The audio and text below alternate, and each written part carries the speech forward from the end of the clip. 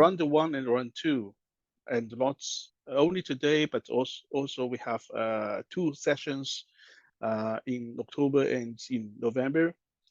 We'll discuss on the different topics. So I listed here some topics in different branches of mathematics, and I also did some statistics on the, let's say, appearance in the examination papers. So you see we have also very popular topics like algebra, counting, what we learned last time, and also triangle, polygon, including squares and all the quadrilaterals, circles, three-dimensional, and number series. Those are most popular topics in the examination. And for each session, we'll show some examples. Examples from all kinds of competitions. Example 6 here.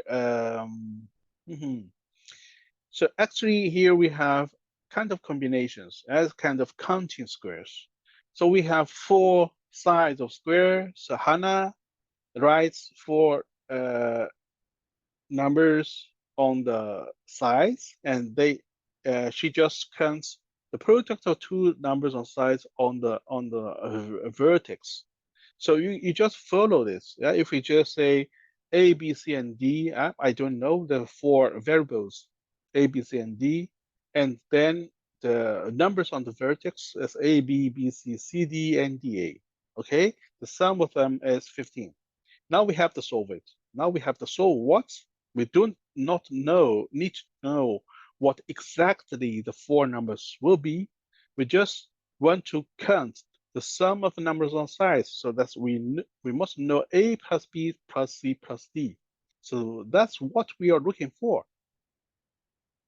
This is what we know is already. So it's also something about factorization. So if you know the factorization, you see AB plus BC, what we can take it out, we can take the B, yeah? Both items has a B. So it's B times A plus C, right? This one.